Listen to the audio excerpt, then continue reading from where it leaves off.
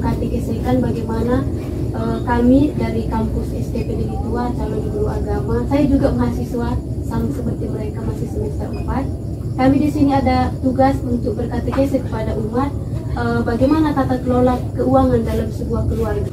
Dalam nama Bapa dan Putra dan Roh Kudus.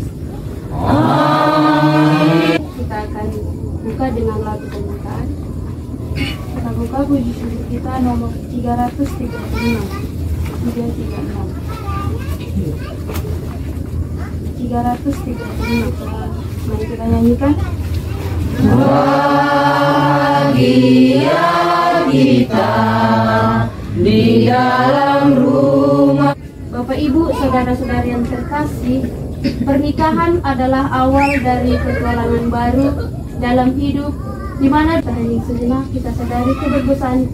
Saya mengaku pada Allah yang Maha Kuasa dan kepada sesama. Kami bukan ingin mau mengetahui berapa pendapatan tidak, tapi bagaimana Bapak Ibu mengelola keuangan yang ada itu untuk mencukupi kebutuhan dalam sebuah keluarga dan juga untuk membahagiakan sebuah keluarga. Bagaimana seorang ibu marilah berdoa. Allah Bapa yang Maha Raya, puji dan serta syukur kami haturkan kepadamu atas berkat dan penyertaan. Bila Injil Yesus Kristus menurut Lukas dimuliakan. Pada suatu kali banyak orang berduyun-duyun mengikuti Yesus dalam perjalanannya. Ia berpaling dan berkata kepada mereka, "Jikalau seseorang datang," tadi sudah jelas dikatakan bagaimana orang membangun itu harus duduk bersama untuk menentukan berapa anggaran biaya untuk menyelesaikan sebuah bangunan tersebut, supaya kalau nanti di perjalanan mereka tidak malu, nanti tanggungkan atapnya nggak dibuat, atau misalnya lantainya belum dikasih keramik atau belum dikasih semen, atau misalnya belum diplester. Maka semuanya itu adalah prinsip-prinsip bagaimana sebenarnya mengelola supaya cukup, supaya juga tidak malu, dan juga bagaimana mereka tersebut dalam keluarga. Nah, kemudian manajemen utang, ada juga dikatakan manajemen utang. Jadi jangan nanti kita berutang ke rentenir kan 50 kali lipat, nanti habislah ilasi kita sampai 7 turunan nggak bisa kita bayar kan. Maka harus ada manajemennya, dan juga tidak mungkin misalnya kita meminjam bukan karena kepentingan sangat penting ya, atau misalnya kita meminjam hanya untuk beli tas yang harga ratusan juta. Itu saya rasa tidak ada di lingkungan ini ya. Pasti kita dikatakan meminjam itu bukan salah dosa. Oh, boleh Pak.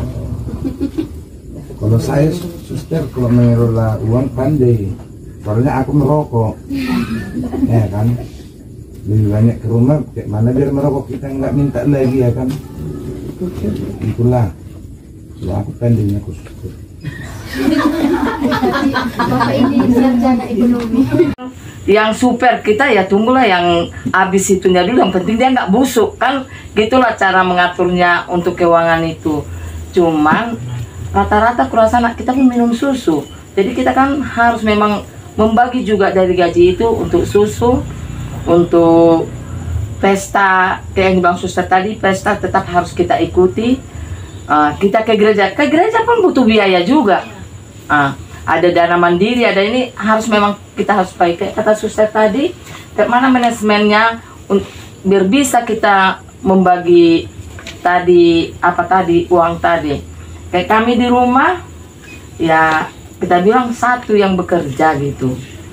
Jadi satu bekerja, kita berpikir juga sebagai ibu rumah tangga ke mana membagi UMR ini biar cukup. Kayak mana kita biar bisa mengikuti kawan juga ke pesta. Jadi kayak dibilang kayak gitu, kayak yang dibilang Suster tadi, ada itu yang mendadak lah. Jadi kita harus bisa bagi. Enggak, kemungkinan juga kita harus pinjam duit juga Suster, tapi harus tahu kita bisa enggak ini nanti kita tutupi dari gaji yang keberikutnya.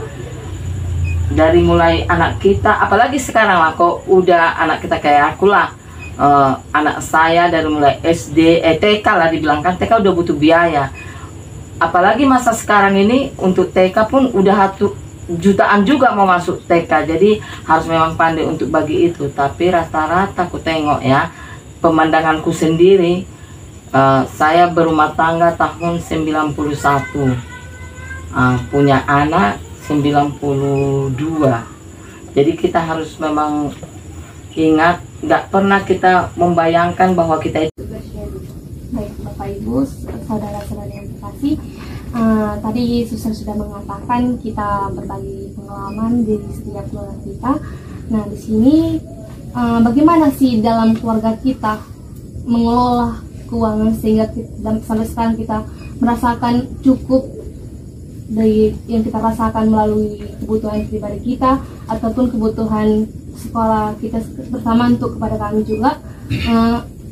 Bagaimana kami juga belajar dari pengalaman Pak Ibu. Mungkin suatu saat nanti kami menikah gitu, kami juga punya pembelajaran dari Bapak Ibu mengelola keuangan dalam keluarga.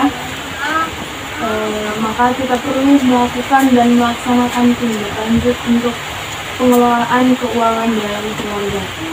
Ada pun beberapa cara. Yang pertama, mengendalikan keuangan keluarga.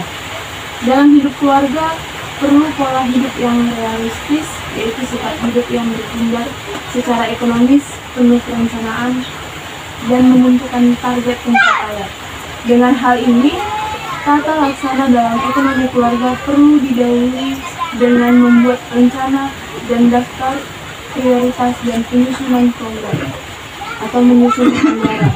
Yang kedua adalah menyusun anggaran belanja.